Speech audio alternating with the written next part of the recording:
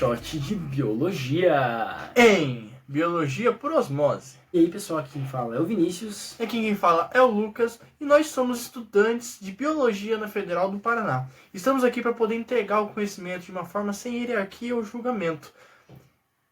E lembrando sempre que de shot em shot o conhecimento transborda. A gente fica bêbado de conhecimento. E a Biologia por Osmose de hoje é... conceitos de genética. O tão esperado episódio, galera.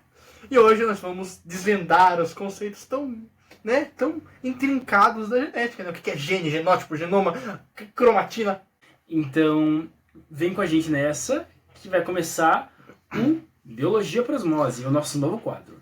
Esse quadro, Biologia por Osmose, é algo mais rapidinho, conceitos, coisas mais rapidinhas, só para poder aprofundar um pouquinho no conhecimento da biologia. E compartilhar de uma forma mais rápida para vocês. Se vocês estiverem com pressa, não puderem escutar um episódio inteiro sobre genética, é um episódiozinho mais dinâmico, com mais bestarada, provavelmente.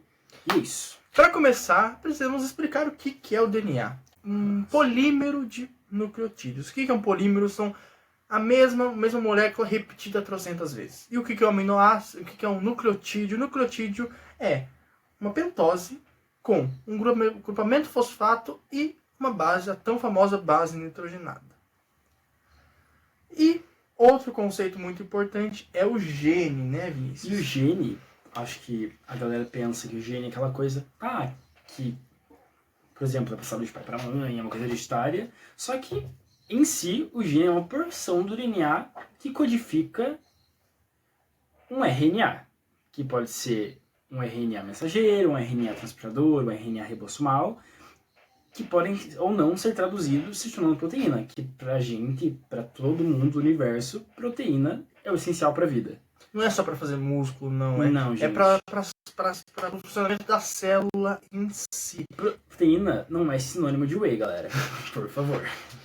Gene é o que faz, é a parte do DNA que codifica uma proteína, então, praticamente. Basicamente. Uhum. E locus é o local onde esse gene está inserido no DNA. Porque o DNA não é só feito de genes. Tem a parte do gene e não gene, que é o genoma. O genoma é toda a parte do DNA. É tanto genes quanto não genes. É bom lembrar, gente, que as partes que não são genes também são muito importantes. São chamados intergênicos. Também são muito importantes para a expressão gênica, né? Tem toda a parte de a recepção da maquinaria que vai realizar a transcrição. A regulação, né? Sim. Transcrição. A própria estrutura do DNA. Tudo não é só regido pelos genes. Basicamente. Também temos o pseudogene, que foi um gene que antigamente, digamos, num contexto evolutivo, ele era expresso, só que de acordo com a seleção natural, ele se tornou um intergene. Ou seja, um gene sem funcionalidade ser um constituinte do material genético. Da mesma forma, temos os alelos, que são formas alternativas do gene. Por exemplo, eu tenho olho castanho e o Xexim tem olho verde. Os nossos olhos têm a mesma função, basicamente, e tem a mesma função, mas tem nucleotídeos de bases nitrogenadas diferentes. Sim, praticamente codifica a mesma proteína, porém de uma forma diferente. Com bases nitrogenadas diferentes. E esses alelos nós recebemos uma cópia do pai e outra cópia da mãe, entendeu? E temos alelos dominantes e recessivos. Os dominantes é só um alelo, ele já é suficiente para demonstrar essa característica recessiva. Então pode ter, é aquele azão-azinho, né? E o recessivo é quando precisa dos dois alelos, do pai e da mãe, para poder ser... A gente vai falar sobre fenótipo agora, para ser essa característica ser fenotificada. Inventei essa palavra agora. Enfim. E o genótipo, comparando o que a gente falou de fenótipo, é o conjunto dos genes de um organismo. E o fenótipo é a expressão gênica desse genótipo. É o que dá pra ver. Então, genótipo é o nosso DNA e fenótipo é o meu olho verde. É o teu cabelo encaracolado, é o teu nariz, a forma do teu nariz, o teu tamanho. Isso é o fenótipo, é o que dá pra ver. Tanto em nível celular, a gente consegue ver o fenótipo de uma célula da nossa pele, é diferente da nossa célula do nosso intestino. é o fenótipo, é o que dá pra ver, entendeu? Não necessariamente ver com os olhos, mas é o que é visível, o que dá pra perceber. Porque o gene não dá pra perceber muito bem a diferença, né? São um bando de moléculas. Moléculas, basicamente. Sim. Agora temos podemos falar um pouquinho da cromatina, que é a junção do DNA com proteínas impactadoras, estonas e não estonas. E basicamente ela é existente de duas formas no nosso organismo. A eucromatina, que é a forma comum, no caso a forma que se condensa, descondensa e que está sempre participando dos processos de divisão celular e tudo mais. A eucromatina é um DNA mais solto, menos condensado. Para quê? Para que a transcrição possa ocorrer. É como nossa célula está cheia de eucromatina. As células somáticas, as células que são vivas, estão cheias de cromatina. Por quê? Porque elas têm que transcrever, elas têm que transformar esse gene numa mensagem, num RNA mensageiro, para poder transformá-la em proteína. Entendeu? Então, e a heterocromatina é uma cromatina mais condensada, mais intacta, mais densa, que ela é basicamente constituinte de processos que a gente vai falar um pouquinho mais pra frente, que são centrômero, telômero, entre muitas outras coisas. Agora partindo um pouquinho para a parte de condensação do DNA, que é extremamente funcional e importante para a nossa vida, a gente vai partir para a primeira fase de condensação, que é a menorzinha, que não é tão condensada ainda, que é o momento de nucleossomo, que é o DNA associado aos octâmeros de estonas, que a gente vai explicar um pouquinho mais para frente, o que são essas proteínas estonas. E esse DNA enrolado em proteínas estonas, que é extremamente comum e está sempre presente nos momentos normais da nossa existência, e participa dos processos de divisão celular, e quanto mais divisão celular, mais condensada o DNA e o material genético vai se tornar. Sim, porque mesmo que a gente precisa de uma certa descondensação do DNA para poder a célula viver, também é necessária uma condensação, porque ela tem 2 metros de DNA em cada núcleo celular. Em cada célula do teu corpo tem 2 metros. Então ela tem que estar condensada.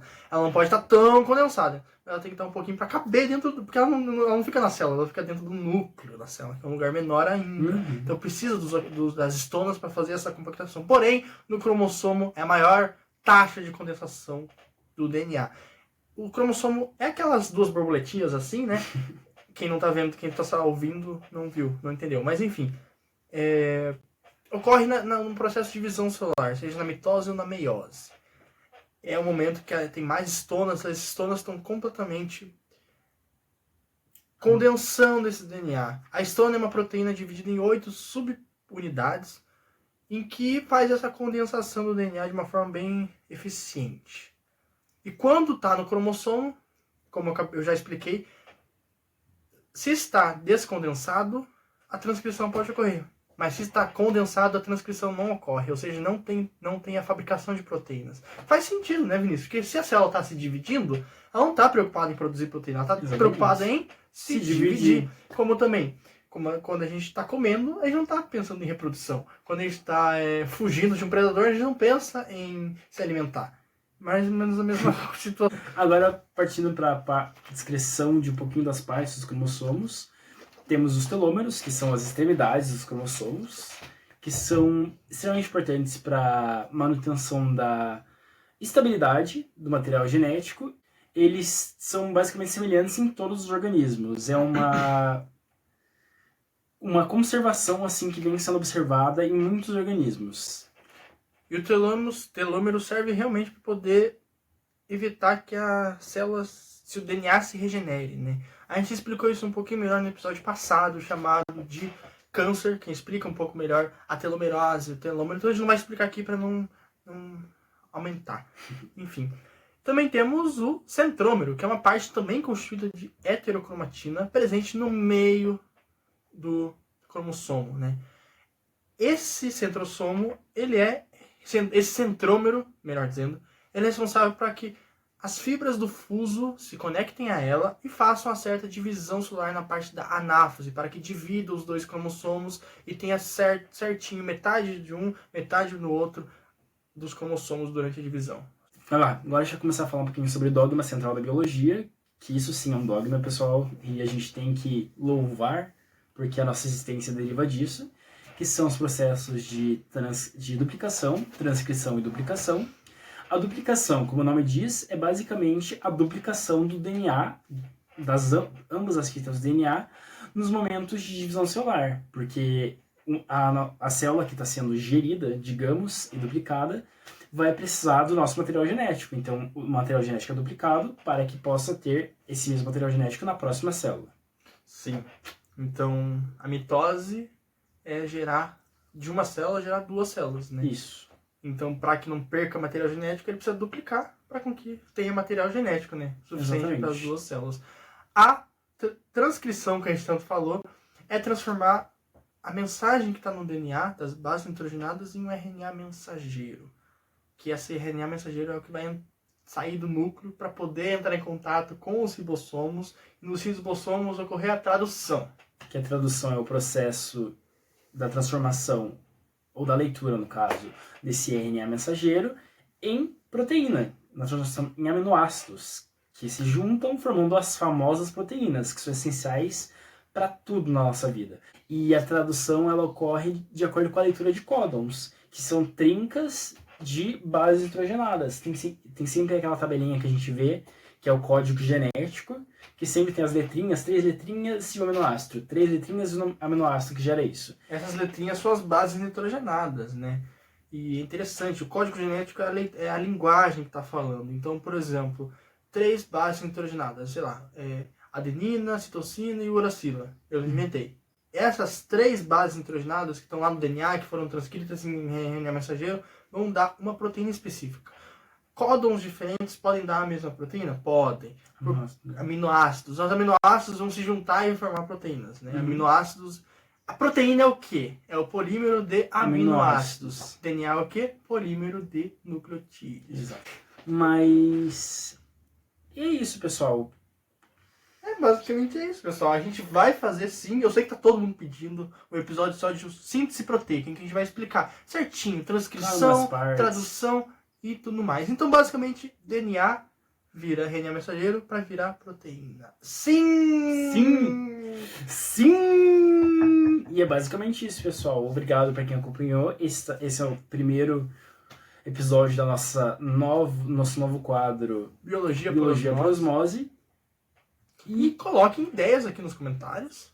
Se vocês querem episódios mais curtinhos assim, para vocês poderem escutar antes de uma prova, quem sabe. É isso, pessoal. Obrigado a todo mundo que acompanhou. Compartilhem com seus amigos. A gente esqueceu de falar isso no último episódio. E agora temos o Instagram Shot Biologia e o TikTok Shot Biologia. Vai lá, curte, deixa o like, mande para todos os seus amigos. Não importa se não gosta de biologia, porque aqui vai gostar com a gente, tenho certeza. É isso, pessoal. Valeu!